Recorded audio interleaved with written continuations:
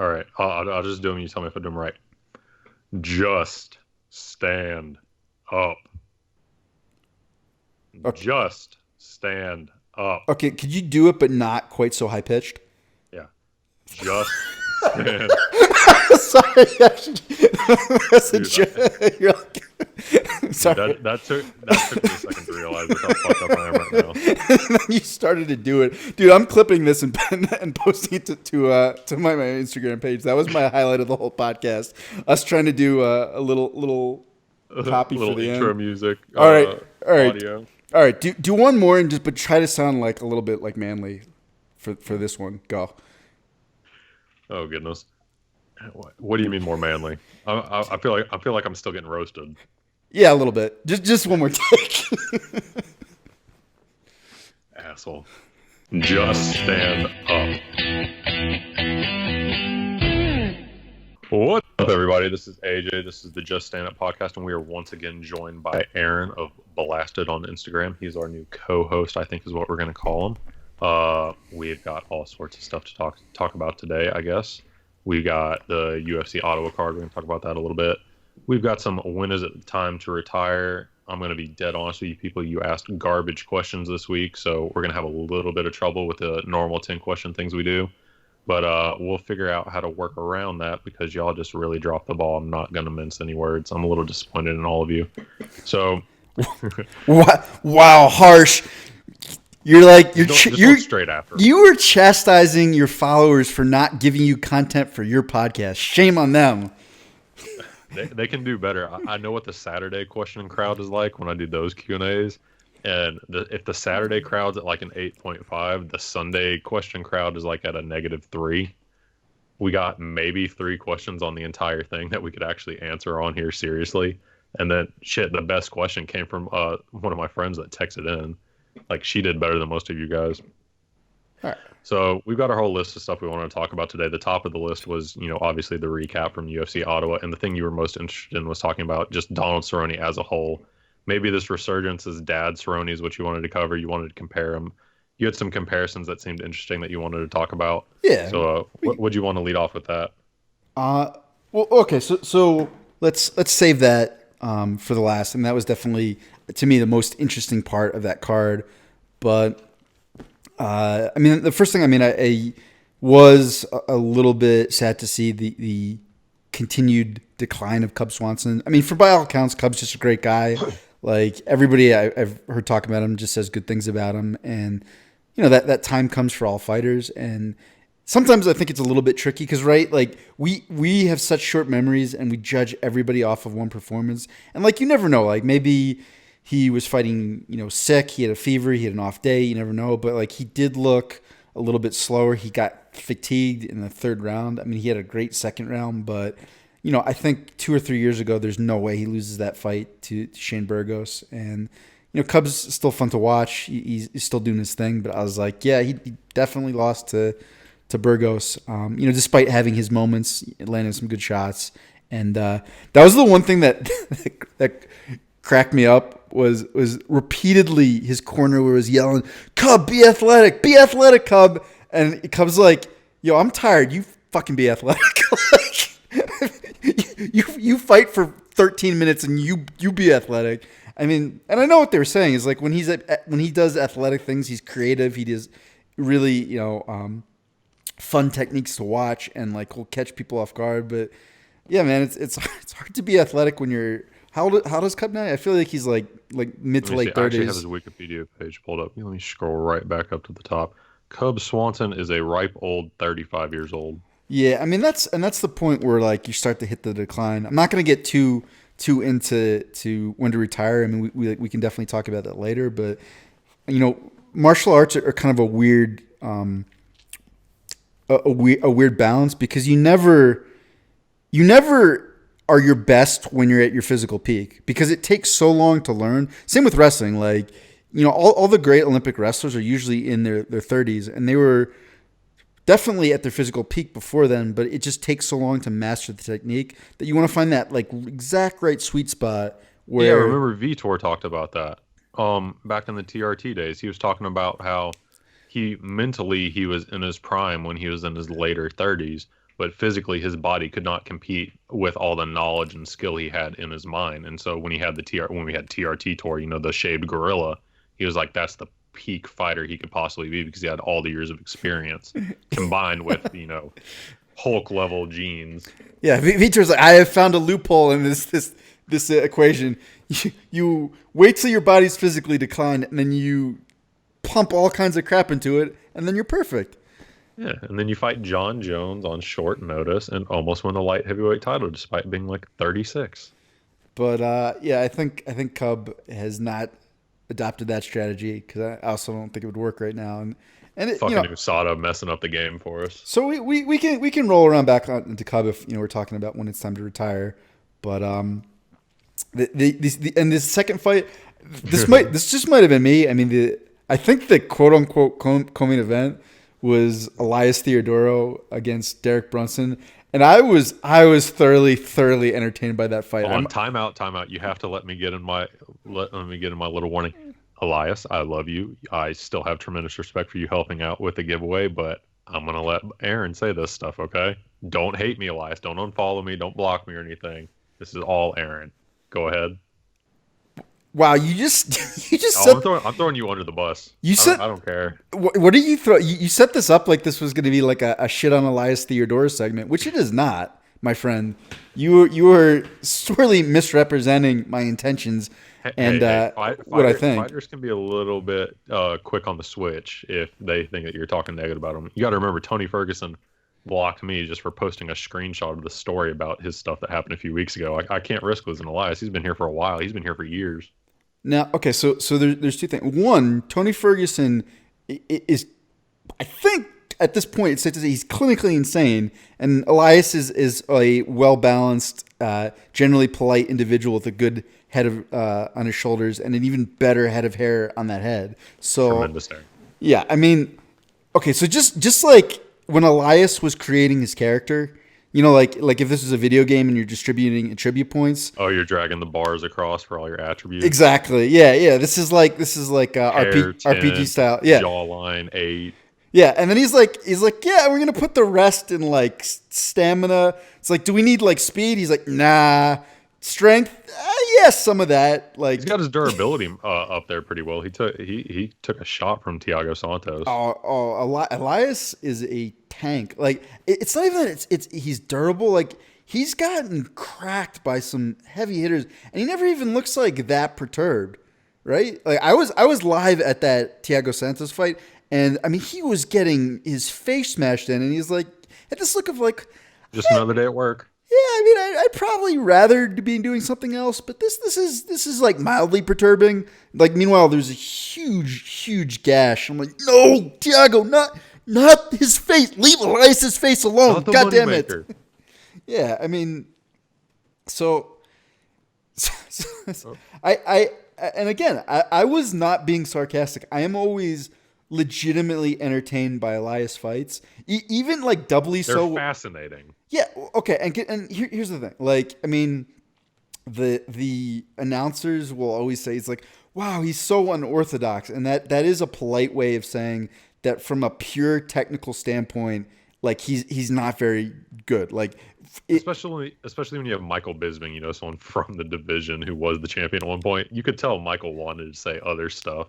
He was just trying to be very polite, very, stay inside the lines. He doesn't want to say what the fuck is some of this stuff. Like, did you see where he separated, jogged like halfway around the cage, and then just did like the weirdest Showtime jump off the cage into a leg kick?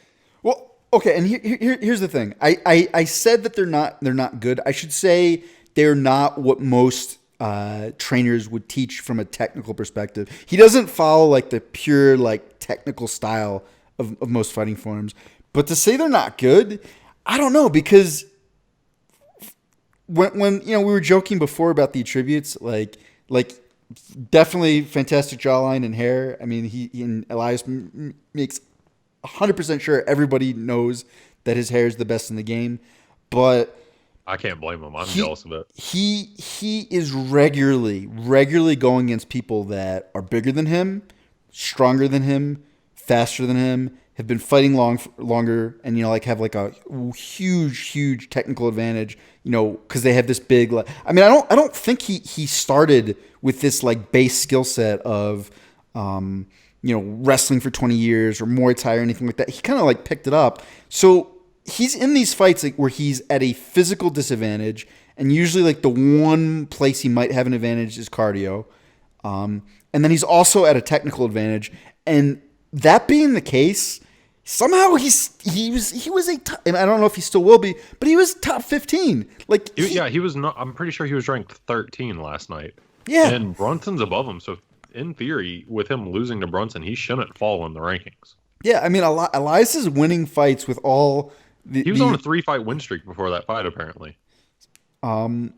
Yeah, no, he had a win over Dan Kelly, Trevor Hot Sauce Smith, and Eric Anders.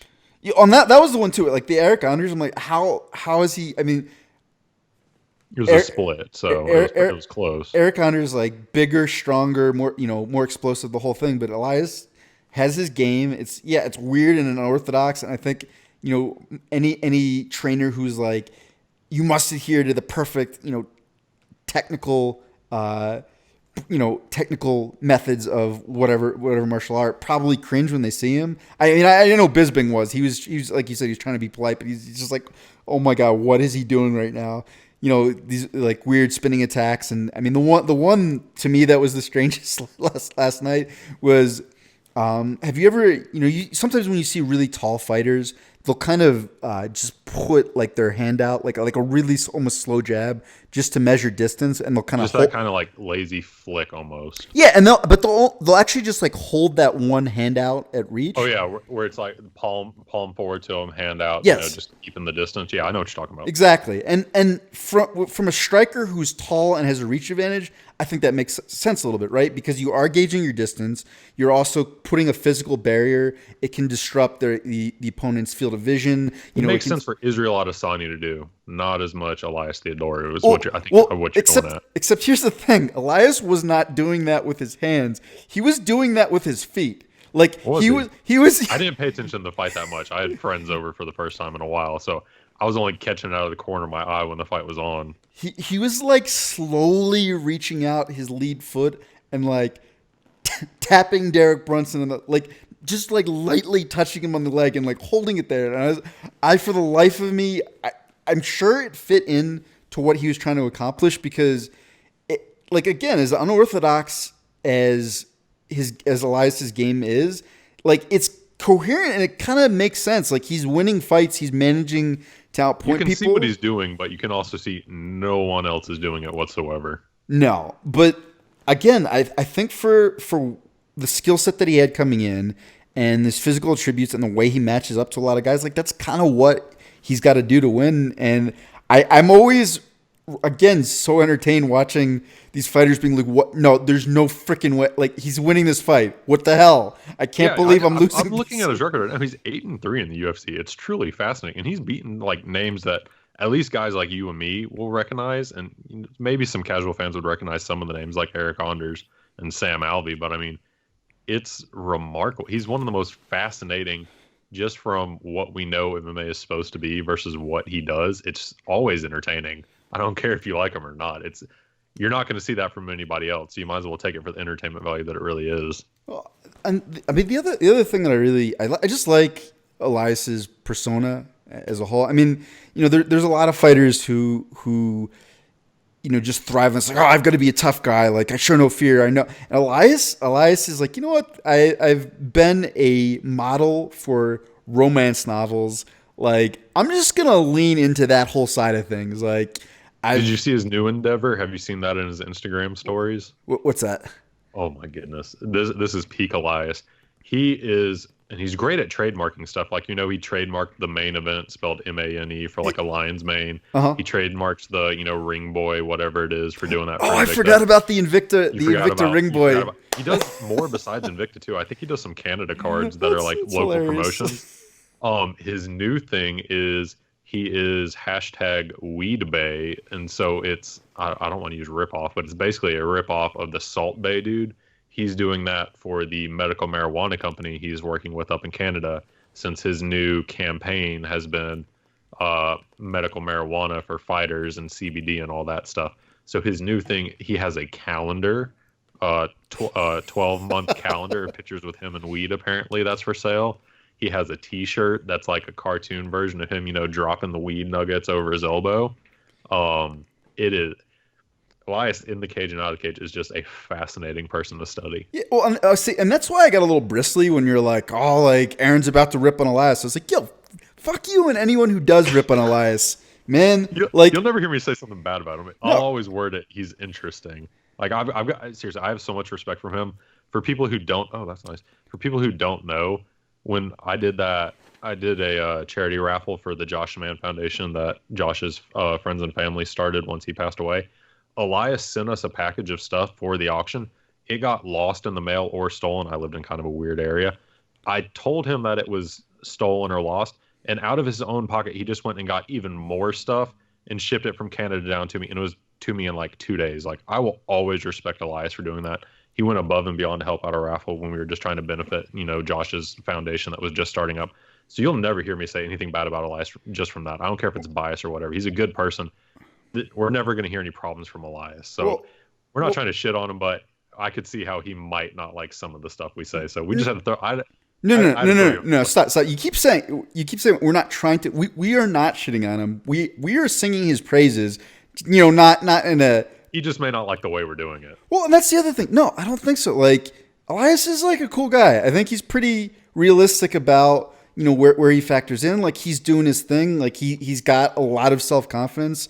I mean, usually the people who get so sensitive about any criticism are the ones who are completely lacking self-confidence. And the fact that anybody, and if it's like, two guys on a podcast that just started said something that could be construed as slightly negative about them, they freak out because it's like, oh no, someone said something bad about me. That devalues who I am, because they don't actually have the inherent self-confidence. But like, cough, Tony Ferguson. Oh, poor Tony. But that's a whole nother. Yeah, that's a great comparison. Tony Ferguson, clinically insane. I think it's just not. I think that's just a fact at this point, right? And I feel bad for him. Elias is a intelligent, He's very anti-Tony, well-grounded, polite Canadian who is just trying to spread a little joy and good hair care to the world. But this is what I was trying to get to. I've actually had two personal interactions with him. The first, I can't remember how it came about, but it was when early in my Instagram feed, I was doing a lot of graphics work. I mean, kind of the reason I got into Instagram initially was because I just wanted to practice the craft. Like, I really wanted to push what I could do in Photoshop and as a graphic designer and learn some more. And then I also saw, I was like, wow, like so many fighters basically just have to be their own PR teams and graphic teams, and like they just don't have this huge, branch behind them creating graphics for them and fight announcements and things like that. I'm like, so I can practice and kind of work on my own skills, and I can help some fighters in the process. And somewhere from that, like, I ended up on a phone call with Elias, and he was telling me this whole like, yeah, I want to get into YouTube, I want to have this content series, and like he had all these ideas. I'm pretty sure at one point in his life, probably someone has told Elias that he has attention deficit disorder, and he didn't care because he stopped paying attention to them like 20 seconds into the explanation. And he was rapid fire talking. Yeah, I want to do this and this, and this is gonna be great. And he was like so excited. It was just like, it was, who's someone you've talked to in your life where like that energy is almost like infectious. Like they're so like intense and like positive that you just like actually feel pumped up to do something. Positive people in my life. You don't, not a single, you've never met anyone like that in your whole life. Not off the top of my head who's just like crazy high energy. Oh, you know what? Hold that phone. Fucking the craziest night of my life got me out of my shell.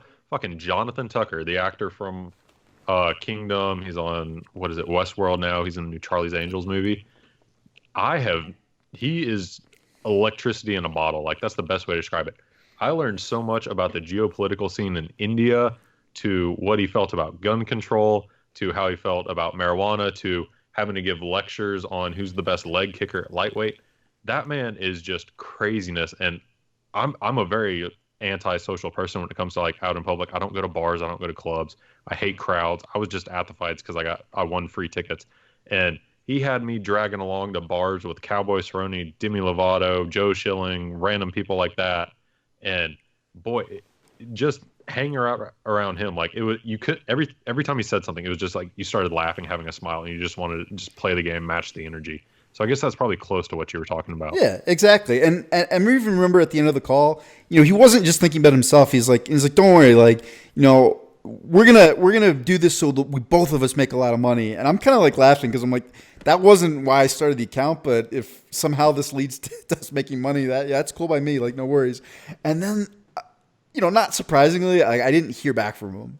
I'm like, yeah, no problem. Like, dude, Elias is out living his life. He's training for fights. He's a busy guy. Like, I didn't really expect too much to come from it.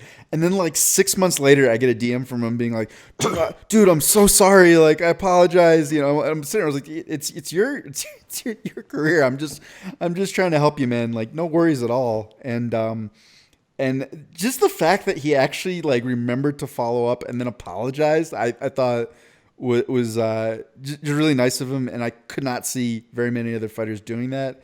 And then the only other time, I can't even see I met him in person, but I went to this big fight weekend, and it was, I'm trying to remember all the fights. Was that the International Fight Week one? Yeah, it was. So it was the Conor fight where you met him? Exactly when Conor fought Jose Aldo for the title. There was that, and then it was like Barbosa, Tony Ferguson. And there's also, so there were 3 cards. There's a card Thursday, a card Friday, a card Saturday. So I went to all 3 of them. And wasn't the Friday card was that the Eddie Alvarez RDA one? No, it was. Or was that the next year? There was Frankie Edgar and Frankie Edgar, Chad Mendes, when Edgar just one-shotted Mendes, and we were like, wait, what? When he accordioned him. How the fuck you say that word? But strings. That's what I normally say. But anyhow, like. At that point, like I'm like, wow, I've talked to Elias, like, I'm going to see him fight. Like, this is awesome. And I go watch it. I just see Elias in the cage with Thiago Santos, like just about as the fight is going to start. And I'm like, oh shit. Like, oh no. I'm scared for this man's health right now. Like, it was like the little baby goat getting dropped into the pen for Jurassic Park. I mean, if that baby goat like was just like way more attractive and it had this flowing locks of hair, yeah, exactly. So maybe not a baby, maybe just a really handsome like baby lion. Lion King. Yeah, dropped in the T-Rex because. Thiago Santos, by the way, like I didn't even want to go up and talk to him. I saw Thiago Santos that same weekend at a Whole Foods, and he is the first UFC fighter where when I was standing next to him, we were both like at the little pre-made food section, and I'm just like, holy shit! Like, 1, how does this guy make 185? And 2, like I was under the impression up till that point that if I was going to compete in the UFC, which I mean. Obviously wouldn't happen, but just size-wise, I'd be a 185er. And I saw him, and I'm like, no, I would have to somehow cut to 170. He is enormous. Absolute unit. Oh, my God. I mean, and I was like, and I've never, there's also the only UFC fighter I've stood next to where, like, I was like, okay, I'm intimidated just in a public place. Like, he looked like he wanted to just destroy that salad bar. Now, I don't mean eat it. I mean, like just leg kick the shit out of it. It looked like he was angry at it. He was like, I'm forced to eat salad. I will destroy this Whole Foods. Like, it was just this look in his face, like just straight madman killer. And then I see Elias in the octagon with him. I'm like, oh no, this is gonna be terrible. And the whole fight, I mean, Elias was getting fucked up a little bit. I mean, for sure. He got this huge gash, and he's just kind of fighting, like doing his thing. And I'm like, well, he's not dying somehow. Like, I'm gonna count this as a win. And after that fight, he came out to, I think, just say hi to people and stuff like that. And it was he's kind of behind the guardrail, and I didn't want to like bug him. I'm real I mean, I think he's probably maybe a little bit better adjusted than I am, post competition. But like, I know when I lost, I didn't really want to talk to anyone or do any fanfare or anything like that. And I just went up and was like, "Hey man, tough fight, but it was just a pleasure getting to watch you." And he's like, "Oh, thank you for coming out. Like, pleasure's all mine. Sorry. I don't even think he said sorry. He couldn't do a better fight. He's just like real nice, personal guy." So those were my interactions. So I always root for him. And then, like I said in the beginning, I am very aware of the physical limitations that he's got. I mean, like I said, he's usually going against someone bigger, stronger, faster, can hit harder, and has been training martial arts longer than him. And that's why I don't get stressed out. I just am thoroughly entertained by every fight he has. Because when you take all this stuff into account, and all the other things we talked about, the ring boy, the weed bay, like just like who he is, and watch the main event. Yeah, watching him go out and do his thing, I'm like, this is hilarious, like and super entertaining. He's a character. Yeah, so he's the character we don't deserve, but we definitely need. All you quote unquote nice Canadians who booed that fight, shame on you. You should be sorry, Canadians. At your terrible behavior. All right, I'm off my soapbox. Just don't diss Elias. We're done with our 15 minutes of Elias talk. Yeah, that I didn't know. I didn't know I was that passionate about Elias Theodorou. Apparently, I am. Like I don't know what that says about me, but I'm sorry. Let's say, Elias, we love you. Don't change. Please don't. I yield my time. Imagine if Elias got cut eventually and went to like Ryzen. He could take that polite. Imagine all his gimmicks he has, and then being allowed to have like personalized walkouts in Ryzen. How glorious would that be? I can't. Oh my. He legitimately might come out and hand out like shampoo samples and weed samples and whatever his latest business venture is. Okay, that might be his entire walkout down the round. We really have to stop talking about Elias, but just let me set the scene. Okay, it's Ryzen, but they do like a full like Bellator, like production style entry. So it's the lights go out, and then all of a sudden smoke starts to come in. Somehow I don't know how the smoke doesn't poison everyone, but it's Ryzen. They'll figure it out, and then a whole new world starts playing from Aladdin, and Elias comes out, a whole new world, fully decked out in Aladdin gear. Hair He's flowing. Done that before. I know, that's what's made me think. And he's riding on a magic carpet down the aisle, a whole new world, and he's just throwing out little I don't know if this probably is not legal, but probably throwing out little nuggets. Yeah, throwing out sample like little nuggets and samples of hair conditioner to the crowd as he just glides down on this sort of automated magic carpet. I think that's the ideal entrance for Elias Theodorou. We just, at some point we need to start a fight promotion so he can do that. Just imagine SportsCenter having to cover that the next morning. So, everyone's like, "Why are you guys still talking about Elias?" I don't know, but because we love him. But the main fight on this card probably was the one that people wanted to hear more about, huh? Most likely. I mean, it was only one of the better fights that I've seen, but it's probably going to get overshadowed a little bit in terms of great fights this year by the Izzy and Kelvin fight. But it was one of the better fights I've seen. It's definitely one of my top 3 Cowboy fights now. So I went back and rewatched it this morning. I mean, so what was your first take on it? Oh my goodness! Every Cowboy fight nowadays, I'm just terrified going into it. I just always assume the worst thing's going to happen. Like I assume Mike Perry's going to hit him with that fucking elbow he hit Ellenberger with, just knock him out. I assume Hernandez is just going to bull rush him and get like a swarm TKO. I assume Al's going to drop him with a right hook, get some ground and pound. So that's the attitude I have to take in these fights. I just have to automatically assume the worst thing is going to happen. So I was nervous about the Al fight. Like Al's got great boxing. He's got great pressure, which Cowboy doesn't always work great under pressure. So it was definitely concerning going into the fight. But then fucking Dad Cerrone, the new mythical figure of mythical MMA creatures, he just came to play. I watched his interview today when I was leaving the store. He was talking about everyone who knows Cowboy knows he's a notorious slow starter. He talked about it was probably the worst of his career in the first round of that fight, just not wanting to fight. In the back, he didn't want to warm up. He didn't want to hit any pads. He didn't want to grapple or anything. He just wanted to sit there. He was talking about how the first round he didn't even want to be there. And then as soon as he sat down on the stool between the first fight and the second round, he goes, "Oh, it's time to fucking fight." And tremendous. Even the first round, he was really hard on himself. But even the first round was pretty back and forth for me. Granted, I'm extremely biased watching this shit because I'm a giant Cowboy mark. But even the first round was pretty good. And my I had two friends from town. They're back from law school and medical school right now. They were watching. Even my mom walked in to watch the fight because she knows I like Cowboy. All of us enjoyed it, and I'm by far out of the four in the room. I was by far the one with the most MMA knowledge, but even they were like pointing out stuff he was doing. It was a tremendous fight. I loved everything Well, about it. I know you had a lot to talk about well, Cowboy. well. So, okay, so that's the thing. We can get into the technical stuff, I guess, in a second, because the thing that I'm trying to figure out, and I think you will probably have a really good perspective on this, is like, is this Dad Cerrone thing real? I mean, because we've seen so many fights of Cowboys where, just like you described, like it just looks like he didn't show up, he didn't want to fight, he just can't get going, and he never does, right? Like title fight with RDA, I mean, just gets murked. I mean, like we've Oh, please seen, don't remind me about that. That was my first floor seats to a fight ever. I drove over there, oof. got all hyped, talked to Grandma Cerrone 2 hours while we were waiting for the doors to open, and then like what 61 seconds or some shit TKO. But so like, do you see like a real legitimate change in him? I think I do because if you think about it, he used to be real loosey goosey about everything Hmm.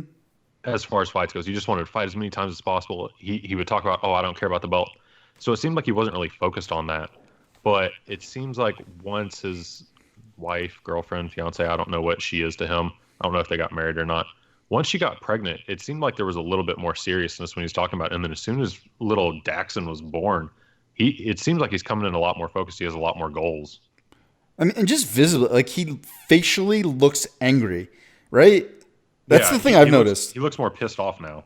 Like just like angry. Like what are you even trying to take away from me? I mean, I don't know what's going through his head, but that's the only. I mean, the thing I know is just because he, like you said, like he used to kind of even look loosey goosey in the octagon sometimes. Like it's like, yeah, I'm just doing this crazy thing that I do. And it might have been, might as well have been cliff diving or. What's the one he does, like the cave diving where it's cave scuba diving? Like it was Yeah. just oh, I'm just doing this crazy thing that I normally do, and like now just the look on his face. I mean, hard to put too much into a look on someone's face, but I guess this next question. I mean, do you think this lasts? I don't know. I hope it does. I really do. I'm gonna give you 1 sec. I'm gonna let you give a like 2 minute tangent on this. I gotta run use the restroom real quick. I'm not Joe Rogan experienced as it would be for that. So I'm gonna let you talk about. You had a lot of stuff you want to talk about Sure. comparing him. You wanted to compare the similarities to Condit Jones. I'm gonna let you talk about that. I'm gonna run out and then you talk about that. I'll be back.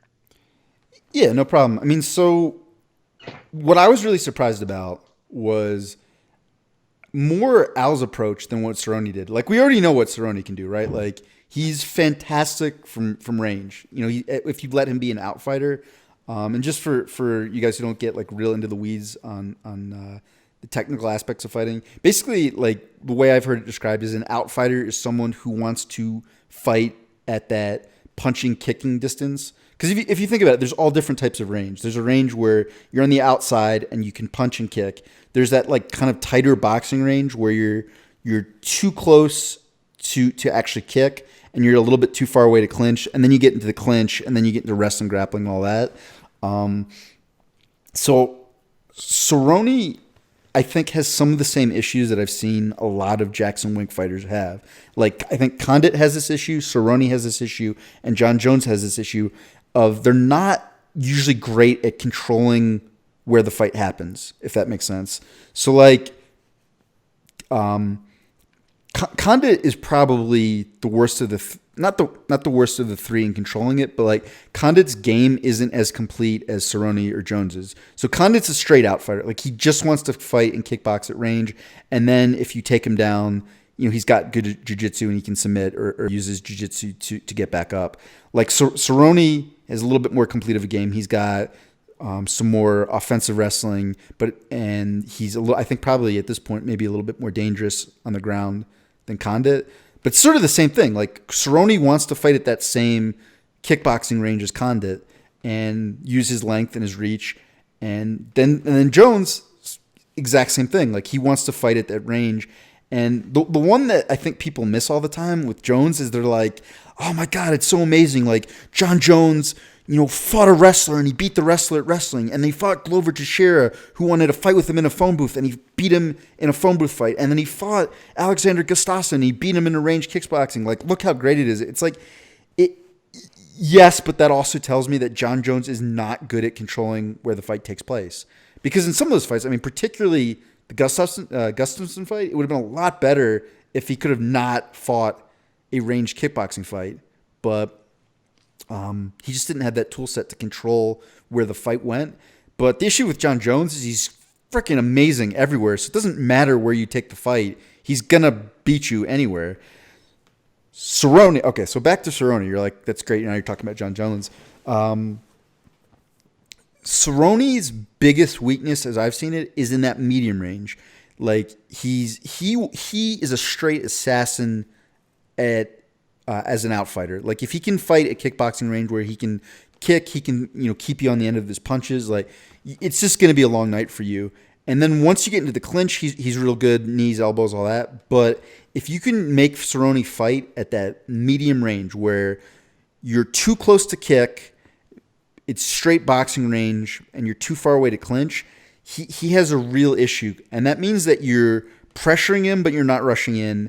And if you guys think back, like that's basically what Masvidal did when they fought in Denver. God, that was another fight that I was at. It was a rough night for Cerrone. Masvidal pressured, but was like just maintaining that range and letting his hands and his footwork and his head movement keep him safe. And it was sort of like, yeah, you can hit me, but I'm going to get off better shots because I'm much better in this range than you are. And it was a bad night for Cerrone, and I figured, okay, that's what Al's going to do. But for whatever reason, Al was like, no, let's fight on the outside.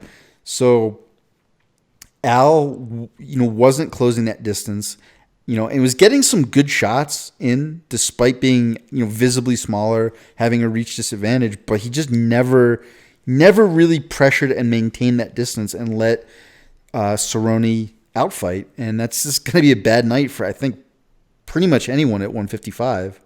Not pretty much. That will be a bad night for anyone at 155. I mean, the only guy where I could see, maybe giving Cerrone some problems in that department would be Tony Ferguson. But I just think technically Cerrone is so much better. And even in that fourth and fifth round, when I could hear it in between rounds, like, Ray Longo was like, you have to pressure him, you have to close the distance. And Al never just did it. And he just kept eating those kicks. I mean, that front kick a la Anderson Silva to the face was just brutal. And I was really surprised at Al's game plan and approach. And maybe that wasn't the game plan. It's like, you never know. You never know what goes through fighters' heads. I mean, it sounded like his corner was really... By the way, Austin, are you back yet? Nope. I'm just going. Hopefully he's all right, because I don't want to carry the next 45 minutes of this podcast by myself. But yeah, he never Al never closed that distance and made Cerrone fight in a purely boxing range. And I think Al would have won that fight. Because the other place where you're particularly vulnerable in that range is to the body. And we didn't see a whole lot of body shots, which has been a notorious weak spot for Cerrone. Al was trying to land these big punches from the outside to Cerrone's head, and it's like, dude, you're just not going to win that fight. And then on top of that, on top of what Al was doing, I mean, Cerrone just looked fantastic. He looked pissed off. He looked confident. I mean, and you could see like his skills have really, from a technical standpoint, just gotten sharper. He had that everything was like crisp. It was fast. And I think, like I said, if Cerrone can make people fight that fight, he's going to do well against anybody at 155. The issue is, can he make people fight that fight? And looking at who is in the top of the division, I do not think he can make Gaethje fight that fight. Gaethje's going to do exactly what I was saying I thought Al should do, and what Masvidal did do. And then Khabib is going to just bull rush him and try to take him down. I mean, there's no mystery or suspense about what Khabib would try to do with him, and the mystery and suspense is what would happen after Khabib did that. I hear Austin Oh, back. I'm back. I was going to let you finish your sentence before I started talking. No, I I thought was. you were I waxing eloquently about your theories on fights between Cowboy and other guys. Oh no, it was probably about a minute and a half ago where I was like, "Oh, Austin, are you back? I can't keep talking. I'm scared." like, There's a lesson, everybody. When you're eating clean for over a week, don't eat sugar. 20 minutes before the podcast. ugh, it's the worst. But no, so I Statistic. I just talked. I mean, we discussed it a little bit before we started the podcast, but I just kind of had that comparison between Condit, Cerrone, and Jones, and how I think all three of them struggle to dictate where the fight takes place, but but just doesn't fucking matter with Jones because he's better than you everywhere, and then I was just starting to think it's like, well, okay, so Cerrone had this great win. It's like, okay, now where does he go from here? Because Al was 4 at the Yeah. time, so it's like. The only people above him are Connor, Tony, Poirier, and then Khabib. So I mean, it sounds like Khabib and Dustin are a definite, right? Yeah, I think they're loosely scheduled for that Saudi Arabia card in September, which will be at a weird time. But they were both talking about send location sent, all that shit. The day the card was announced in Saudi Arabia. Yes, send location and we will fight. Oh, by the way, I heard the absolute best description for Floridians ever. Oh, I'm excited to hear this. Somebody because it was just like a compilation video of people from Florida doing just insane crap, and someone in the comments was like, "Oh my god, it's like they're sunny beach Russians." Yeah, that feels accurate. We have a lot more drugs, though. I think the drugs are more the thing, not just being crazy individuals. Yeah, I don't know. I mean, I don't. I think the Russians are just drunk, right? It might be. I don't know. I It don't know. I know that what might the be the difference. It might be vodka versus pain pills and meth. yeah. Which I mean, that's I guess the distinction. I don't know. I don't know about the drug culture in Russia, nor do I want to. But so what do you? So if you're Cerrone's manager, like, what do you angle for right now? Like, what do you think is the best path to the title? Because you're right. He said it. He has a new focus. He's like, I want to win a UFC belt. If you're his manager, how do you get him there? Well, the problem with it is this where it comes into conflicting personal beliefs. I know Tony's ranked ahead of him, but I think Tony should be on ice for at least the rest of the year. You don't just have a mental breakdown in March or February and then say in April, like, oh yeah, guys, I'm cleared by my second. No, you need to take some time off. So like I don't even want to keep him as an option for the rest of the year getting towards the title. Okay. So that really only leaves us Connor, and who knows what goes there. Leprechaun's off. He won't fight unless it's a main event. He wants shares in the UFC. He wants crazy high purses, which he's earned them at this point. I get that. I won't dispute that even if I don't like him. But so really, if he wants a title fight, I guess he could stay on weight, be the replacement guy if Khabib or Dustin pulls out. But knowing Cowboy, what's going to happen is he's going to he's going to get impatient and he's going to take a fight with Gaethje or who's below who's up there in the rankings. I know Gaethje's up there somewhere like 5 or 6. Gaethje, Kevin Lee. Kevin Lee's up at welterweight fighting Okay, RDA in 2 weeks. I know he took that fight. Is that a permanent move though?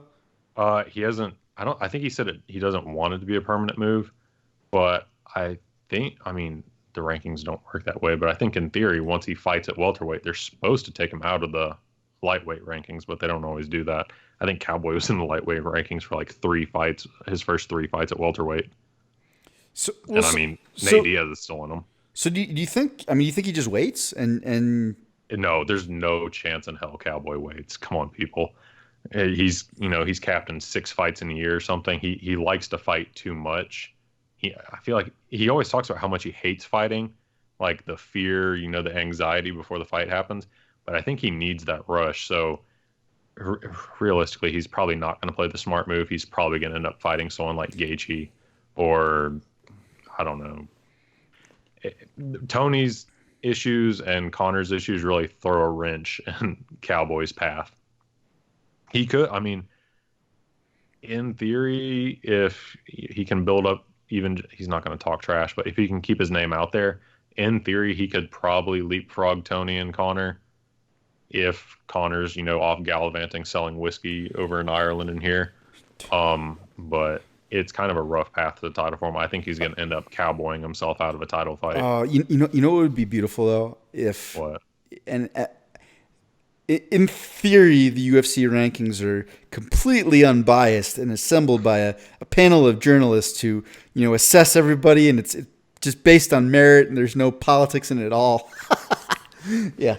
Let's be honest though. Like, I mean, the UFC rankings are super ridiculous, and it seems like the UFC has their thumb on them just a little bit. Is that, you think, fair to say? Yeah. What if they you can actually go on the rankings. People may not know this. You can actually go and look at all the people who rank the sport, and I can promise you've never heard of a single one of them. And most of the websites they represent, you've never heard of either. the only ones I know, I think two of the guy, or at least one of the guys at MMA Junkies who I've heard of is one of the rankers. But yeah, the rankings are pretty ridiculous. I've actually got it pulled up now. I legitimately do not know a single name on here. It's amazing. 1, 2, 3. Go ahead. What would they do if and I think you could really make a legitimate case for, after beating Al as dominantly as Cowboy did, having Cowboy leapfrog Connor in the rankings. I mean, I would leapfrog him in the rankings. He's had one fight at lightweight since 2016, 2017. When did he fight Eddie? 2016 or 2017? I don't know. I was still young when that fight happened, so that was a while ago. That was before the arthritis set in. He's had that fight at lightweight, and he's had the Khabib loss at lightweight. Him as number 3. It's kind of weird. If we say he doesn't belong there, everybody's gonna lose their fucking shit. All the Conor fanboys. But really, he's had 2 fights at lightweight in the UFC. The Nate Diaz fights were at welterweight. So officially, he's only had 2 fights there, and he's 1-1 at lightweight. I don't know. This is what I'm hoping though. I'm hoping this Dad Cerrone thing is real, and he doesn't do the stupid move, and he actually does angle for either a big payday fight with Connor, or he's been angling for that. It's just Connor's having a temper tantrum about co-main event or the title, and it's that or bust. Those are the 2 options and nothing else. Like that's what I think he needs to do, because I think off of this fight he could legitimately get a title shot, and it's like, why? I mean, fighting Gaethje, like he can win that fight, but I mean, while you're in the bathroom, I spent a long time outlining why Gaethje will do exactly what gives Cowboy problems, and there's just no way he comes out of a Gaethje fight unscathed, because it's freaking just nobody does. It's like getting in a car accident. Yeah, you might walk away from it, but no one's gonna be like, I feel good after that. You're gonna need at least 4 to 6 months to recover from a Justin fight. So it's like, man, don't do that. And then I just don't see anything like Edson Barbosa. I actually don't really like that matchup for him, because he's already beat Edson once, but granted, that was younger Edson. That was actually the first UFC fight I ever went to. Yeah, well, and Edson, like, I think you would just have to try to take him down and submit him. I mean, he could beat him again, but yeah, the first fight he dropped him with the jab, got the rear naked choke. It was like 2 minutes in. Yep. So it's tremendous fight. Yeah, why fight a guy that you already beat, dude? I think for Cowboy, it's Connor title shot or bust. I hope so. Cowboy. Knowing Cowboy, he's gonna get bored. He's gonna take a fight at fucking welterweight or some shit. Cowboy, if you're listening, we know you are. Think of little Dax in danger. Think of his future, and repeat these words: Connor title shot or bust.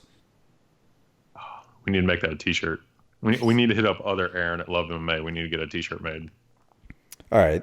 So I think that's it. I mean, it'll be interesting to see. And you know what? We were asking, is this Dad Cerrone thing, real? Is his focus real? Has he really changed? I think this is going to be the benchmark, right? Does he actually make the quote unquote smart career move?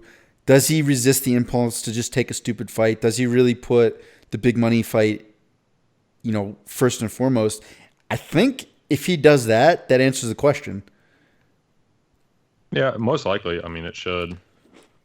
But again, we know for 30-something years he's had that wild streak. It's still in there somewhere. He he might have one night of a few too many Budweisers and agree to a fight. You know Dana's going to send him fights in the meantime. He's going to send all these offers, and Cowboy usually accepts the first one that comes in.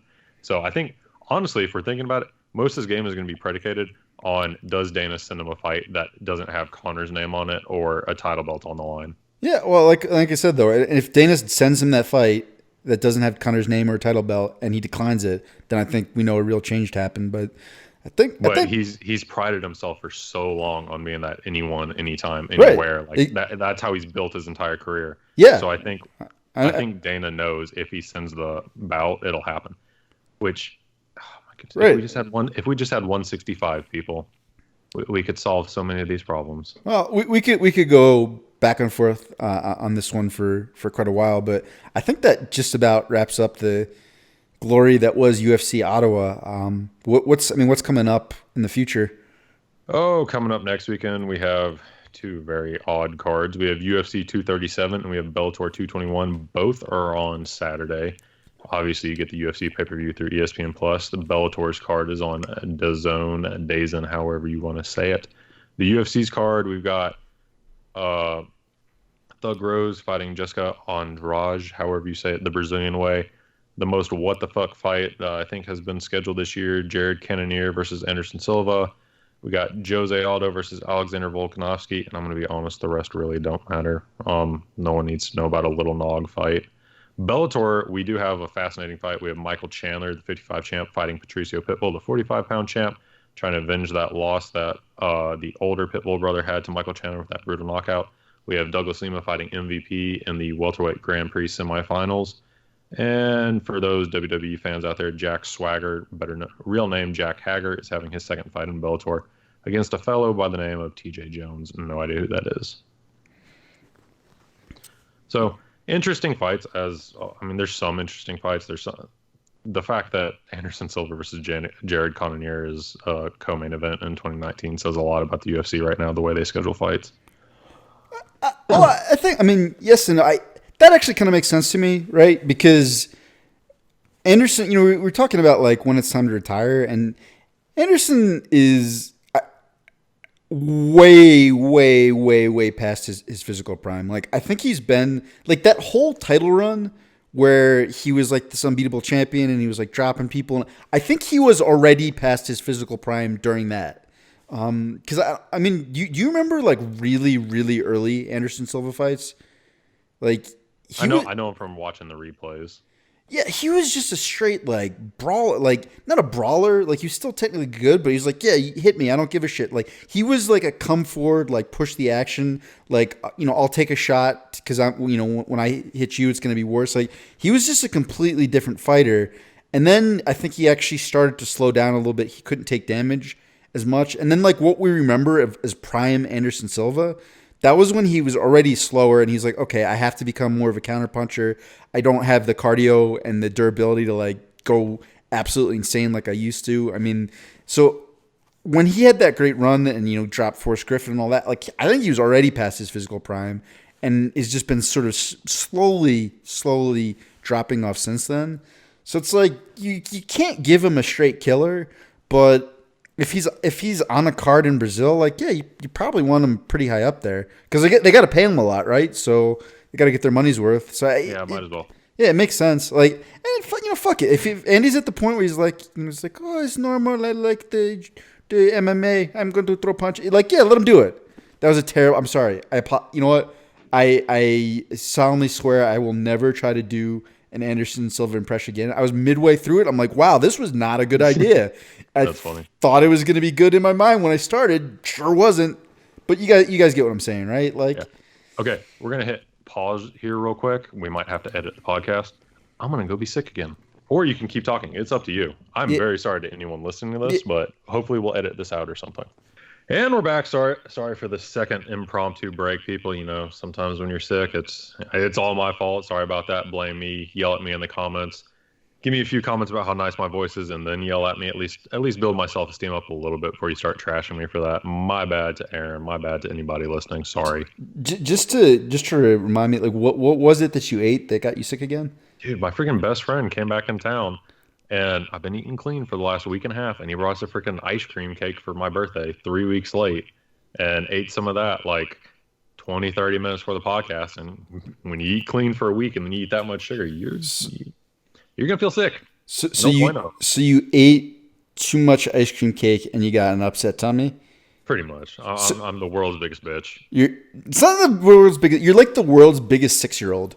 Pretty much. That's that's like I'm a that's 6'9". I'm probably 290 something right now. Just the world's biggest 6-year-old. all Full right. grown beard, voice like this, still 6.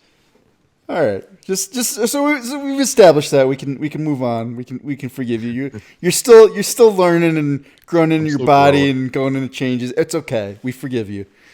Oh no! Oh, they're not going to forgive me. I promise. I know my followers. Let's be real here. No, they'll forgive. They're gonna actually, guys. Challenge issued. They're gonna savagely roast you for that, but they'll forgive you. It's fine. We'll make them up to. We'll make it up to them. You know, we're going to cut the fight talk here pretty quickly, but we're probably going to try it later on this week. We'll do a do-over and try to give you at least the serious fight breakdowns for UFC 237 and Bellator 221 later this week. We'll do the rare 2 episodes a week if we can.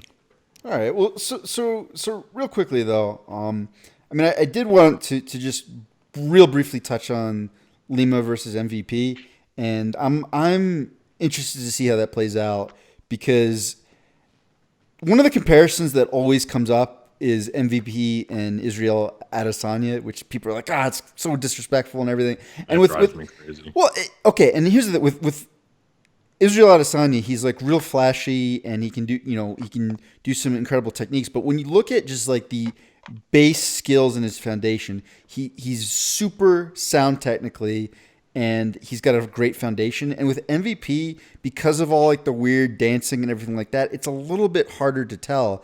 And I was interested to see in the daily fight. He did a lot less of that, and you could actually see where his fundamentals were at a little bit clearer. Because all the dancing and strange head movement and everything, that's just a distraction. And at the end of the day, it's like how good are his fundamentals? And a guy like Lima is going to test those. And we may find out in the same way that we did with Adesanya. It's like no, like his fundamentals are great. Like yes, he can do some flashy techniques, but everything that those are built off of is really sound and he's for real, or he might just get completely exposed. But like Lima is going to force him to use his fundamentals correctly, and if he can't, he's going to get fucked up. And I mean, frankly, the big difference I see between Adesanya and MVP is Adesanya's core is Muay Thai and kickboxing, and MVP's is karate. And we've seen like two people kind of, Machida and obviously Wonder Boy have made karate like more or less work until they hit a wall. But in the words of the legendary Ben Askren, karate's a child sport. Learn how to wrestle. Like something Ben would say. Oh, it was hilarious. That was my favorite boom roast that he ever did. They're like boom roast Stephen Thompson. He's like karate's a child sport and the church choir wants you back. Boom roast. All right, Ben Askren. Oh my goodness. That was a great one. That sounds like peak Ben. That's probably the most interesting fight this weekend. And then I am not on the MVP hype train. I've never enjoyed him. He felt like a Bellator hype product. I've talked a lot of shit. So if he does somehow beat Douglas Lima, I'll have to go back. I'll have to say, that's a quality one against a very quality opponent. I'm sure people are looking forward to that. I don't see it happening, but if it does, I will be man enough to say that, he did beat a quality opponent. That he's better than I thought. But I really don't want to have to eat the humble pie on that one. No humble pies, no cherry pies, no pies or cakes for you for a while. Yeah, not after today. And going back to chicken and rice and vegetables. I would love to get into Rose Andrade because I think there's so from a psychological standpoint, from a technical. I think like that whole matchup to me is fascinating. Like I'm probably the only person who's captivated by that. Everyone else is like, why is this the main event? But let's save that for another time when you're feeling better, so I don't get in this long technical breakdown and have you vomit in the middle of it. So we were really close last time. So are we good to just go right to the three questions that we've got? And yeah, we've got 3. Again, I said at the beginning of this podcast, y'all did absolutely horrible at giving us questions for our 10 questions at the end. There weren't even 5 good questions. So we legitimately just picked the 3 that we could answer. One wasn't even sitting on that. One was sending through text. So our three questions were Askren versus Colby, who's a better wrestler? What was the other? What was the second one? I know the last one is what are the three things you'd like to accomplish in the next 5 years? What's the one I'm missing here? I know you wrote it down somewhere. When is it time to retire? Kind of When is it specific time to to like retire? DC. Well, because we've talked a lot about a lot of fighters who could retire, right? We've talked about Cub, we talked about Anderson. I mean, the one that I got into it with was on someone in your comment section on one of your posts was DC. Oh, I saw that. I was just peering. I saw a notification from Blast MMA commented, and I'm like, he never comments on my shit. I look at him like, oh shit, he's getting into it with someone. I mean, and I didn't really get into it. It was just like, just when I well, do you want to start with this one since we already started talking about it? I mean, I'll give you the Go for it. context. It was like you made a post just about DC accepting the fight with Stipe. Yeah, I think it was just the screenshot of Okamoto or Ariel's tweet about the Stipe DC2. And I mean, I said something defective like, "Oh no, like DC, it's time to retire." And then somebody, I don't even remember what they said. I try I not can to pull it up give real quick. just the minimal amount of brain power to stupid followers, but like he, I think he basically like called me a casual and was like, "Who the, you know." Yeah, you can pull it up, but it was this Oh, very okay. like Here we go. pissy response about how Yeah, dare you you. said Cormier just retire. First person, you tried so hard to be an MMA fan but failed all the same. Turned your legs to jelly, which that's not even a coherent sentence to me. Maybe I'm missing some references. But then you came back with a nice and simple, LOL, who the fuck are you? I've been following DC since 2001. I doubt they know you're such a wrestler. And know all the highs and lows since it's time for him to hang it up, which is a very reasonable statement. Yeah, for sure. And okay, so I think there's different categories of when people have to retire, right? And there's the first category is the most obvious one. That's the Chuck Liddell category, where it's like, oh my God, you're a shell of the human being you once were. People around you need to save you from yourself, and you just cannot do it anymore. Like, there is no good outcome for you going into a cage and trying to fight another human being. Like, stop. That's fair to say, right? Like, is there someone else you could think of recently that kind of fell into that category? Hmm. Not off the top of my head as I'm thinking about it now. Oh, I mean, I'm okay. gonna feel stupid that I'm not thinking I, of I, someone, I but just thought of it. You mentioned him earlier. And this is a little bit harsh because I mean, like another guy who seemed like a good guy, but was like a Ellenberger. oh yeah, Jake. Yeah, he was just getting murked over and over. Yeah, I mean, like especially probably right after that Perry elbow. It's like, all right, the juggernaut. Like either Jake, like either retire or at least change your name from the juggernaut because I think like everybody's stopping you at this point. And he retired, maybe a little bit too late, but at the right time. Chuck just won't. And like DC is like in the polar opposite of that, where dude, it's like there's nothing left to accomplish. Like there's no. I mean, if he got that huge payday fight against Brock, okay. If there was a legitimate chance to get a fight with John Jones and win and like further his legacy, fine. But like, there's no real benefit other than a modest. Well, I shouldn't say modest. He would still make a lot from fighting Stipe. I mean, do you remember what the numbers were from their first pay per view? Per pay-per-view sales or purse? Pay per view, because I mean for I want to DC, say it. I want to say it was like 350,000 or something. But now we're in the ESPN Plus pay-per-view era. right? I think they paid the UFC like the equivalent of if it was a 500,000 buy per event. So Okay. I don't even think they're going to be doing pay-per-view points or something. So it'll probably just be closer to guaranteed contract, and then maybe there's some backroom pay-per-view sale thing we don't know about. So I guess the root of that question is like, just in terms of pure money, cash, is it really worth it for DC to take this fight? And like, does he need it? I don't know. I mean, I don't know what DC's finances look like, but it seems like he's doing pretty good for himself, I right? think I think he's a pretty reasonable person. He's the daddest fighter in the UFC, daddest man on the planet when he first won the heavyweight belt. I think he's probably pretty reasonable. He's got careers to fall back onto. He's a commentator already. He can dedicate that full time. I know he coaches a wrestling team. I'm sure he's made plenty of money. We know he made what was it, $4 million for the Derek Lewis fight was what his purse was. That got announced well after the fight was over. He's done everything there is to do. It's not quite like the GSP. Like I consider GSP's retirement, probably like the peak, like about as good as you can go for MMA. But he's like right under that, Well, and but he'd be here, fine. but here's the thing. I don't see how anything he can do now, especially fighting Stipe, like it's not. He doesn't go any farther, right? It's like if he fine. Best case scenario is he beats Stipe a second time, and then everyone's like, "Well, yeah, you already did that." And worst case scenario is he loses in spectacular fashion, which is And then realistic. retires with no belts. Yeah, I mean, so it's just, and I've heard him talk about aspirations of not even just being a commentator. Like DC said he would love to have his own morning show. It was actually kind of funny the way he put it. He's like, yeah, like I would love to have my own morning show, but I think I'd have to get the gap in my teeth fixed because there's already Michael Strahan, and I think you can't have two black guys with gaps in their teeth in the morning. I was like, well, I don't know if that's exactly true, DC, but like point taken. I understand your aspirations. Like, man, go do it. Like, I could see DC doing that. Like, he's real personable. He's a funny guy. Like, he obviously is good on the mic. I mean, at this point, he's my favorite in-fight commentator. And I want to say favorite. I think more so than Rogan. It's Yeah. for me. It's like at this point, it's like DC and then Rogan, and then there's a big drop off after those two. I Yeah, mean, I don't really care about the commentators. I kind of tune it out when I'm watching. But he's definitely fitting in well with the role. It's definitely something he's going to be able to fall back onto. I could even see him taking a bigger role with the UFC later on after his retirement. but Um, we love DC. But what you said does make sense. But here's the other part. DC himself said it is time for him to retire. He said specifically, "I will retire before I turn 30. If there's 40. no, or sorry, 40. Yeah, I will retire before I turn 40. There's no reason for me to be fighting after I'm 40 years old."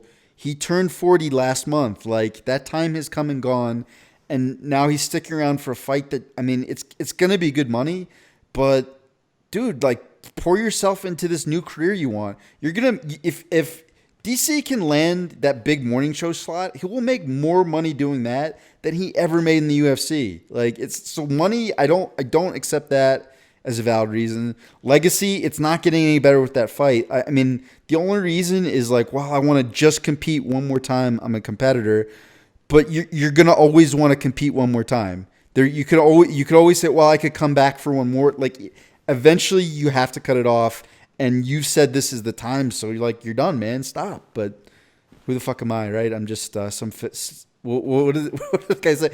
You're just some casual who tried to land on his feet and missed or some shit. I'm a failed MMA fan whose legs are jelly. So what All right. what do I know? Well, we covered that pretty much. DC, we love you. Retire. It's fine. Everyone's still gonna love you. Fuck the John Jones fans who are the ones hating on you. You did everything. We have our last two questions. I think we should almost take a troll angle on this one. The Askren versus Colby, who's the better MMA wrestler? Uh-huh. They're both a little bit of trolls, is it? So let's have the answer for this just be the name. No explanation. Let's start some fights. I know. We'll let the comments decide We'll let the comments vote on who they think is better, but no reasoning whatsoever. Just to piss the people off. Who's better, Askren or Colby? We'll do MMA wrestling and strict wrestling. Who's better? Okay. MMA wrestling, Askren, but not by nearly as much as you think, and like just folk style wrestling, Askren by a colossal mile. Like, it would be hilarious to watch him just toy with Colby in a folk style wrestling match. There we go. That's one of our two. That's question number 2 out of our horribly selected questions that we had this week. We can say this for sure. Colby is definitely better at paying porn stars to take Instagram pictures with him and then lying about 4 ways with them.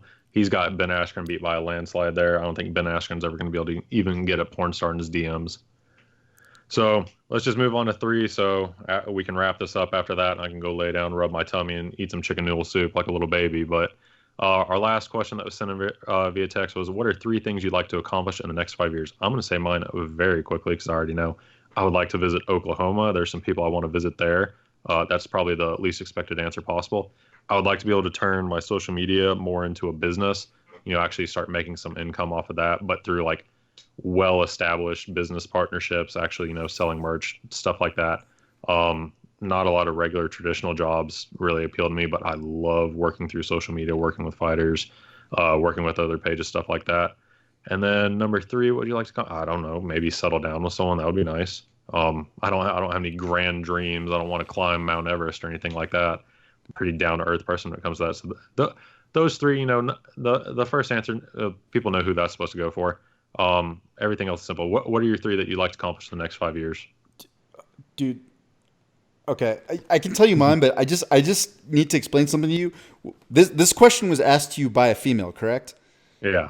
Yeah. So the where do you see yourself in 5 years question is an opportunity to make it very clear that you have long term goals and your boyfriend material, and that's somebody that maybe they're worth investing more time in, and you're like, nah, fuck all that. That's not my style. No, screw you and your stupid question. This isn't Oh a my job god. interview. Yeah, but Oh goodness, I can't. I shouldn't say bust her balls, but I give her enough shit. She'll expect it at this point. you need like Will Smith from Hitch to come and coach you just through this stuff, like because I have tried to offer advice, and I'm certainly no Hitch or it's like if you kind of know a foreign language and you can like just speak enough to get around, and you see someone who's like a strict tourist, you feel like you know a lot. That's like you and me with dating. I'm like, yeah, That's like perfect. I've been to a foreign country. I can speak the language. I know how to ask where the bathroom is, and a lot of key That's phrases. something I could use now. But I am not fluent, my friend. And like you were like the Why don't you take $1? ugly American with like the huge fanny pack and like the USA short lawn, I USA heart you at t-shirt. Yeah. snapping cameras like where are the French fries? I wanna eat some of that fine French cuisine. Good lord. Okay, mine real quick. Work So out we your crest so, on it. so now that I'm done roasting you, and so we can get the fuck out of here. One, I want to conquer the health problems I've been having. I mean, we did that whole. I'm like physically, I'm like all kinds of fucked up. I got a lot of stuff going on. So much so that I went down to New Mexico to see the man, the myth, the legend, Bo Hightower, chiropractor to the stars, and John Jones and Jackson Wink, and I'm still not better, but I'm working through that. I refuse to give up. And step two, I want to build a house on the property I built out in the mountains. I don't know how the fuck I'll do that because I don't have the money, nor will I. But where there's a will, there's a way. And goal number three is I actually started writing a novel about a. Are you not supposed to say what a novel's about when you start writing it? I don't know. Fuck it. Who cares? I have no idea. Do you think I'm smart enough to write a book? I don't even know the rules. I started writing a novel about basically a juvenile delinquent who gets shipped off to a halfway house instead of being sent to adult prison, and the halfway house is run by a former fighter who looks at this as an opportunity to instill the values of martial arts in troubled youths, and just the struggles that this kid's life, has gone through, and how he turns it around in this like weird sort of like MMA boarding house setting. Like I thought it was interesting. I'm just having fun writing it, but I want to certainly in 5 years I want to finish that. I wrote the first 4 chapters. That's more than I've ever written anything. So good on you for that. See, look at these big ambitious long term goals. I know, right? Building a house on property, writing a book, Fixing your health. God, I wish only you'd given answers like that. So, a smitten young lady could be like, wow, that Austin, he's got long-term goals and ambitions. Like, I could really see a life with him. No, fuck that. No, that's not part of my charm. It's the fly by the pants. I don't even know what I'm doing tomorrow. I'm definitely not going to know what I'm doing in 5 years. I mean, I think I know what you're doing in about 30 seconds. You're being in the toilet. I'm gonna go puke my guts up and cry about myself. All right. Maybe go run to the store, buy some saltine crackers. You do that. I'm going to go work on chapter 5 of my book, and let's call it a day. All right, let's call it a day. Everybody, thank you for listening. I'm sorry the interruptions came from Austin's tummy ache, if we want to call it that. We will try to do a second one later this week, hopefully, if our schedules can work out for that to make up for it. For the love of God, people, if we do a second one, please give us better questions. I guess that's going to be it for the week. I've been Austin. That was Aaron. Thanks for listening to the Just Stand Up podcast.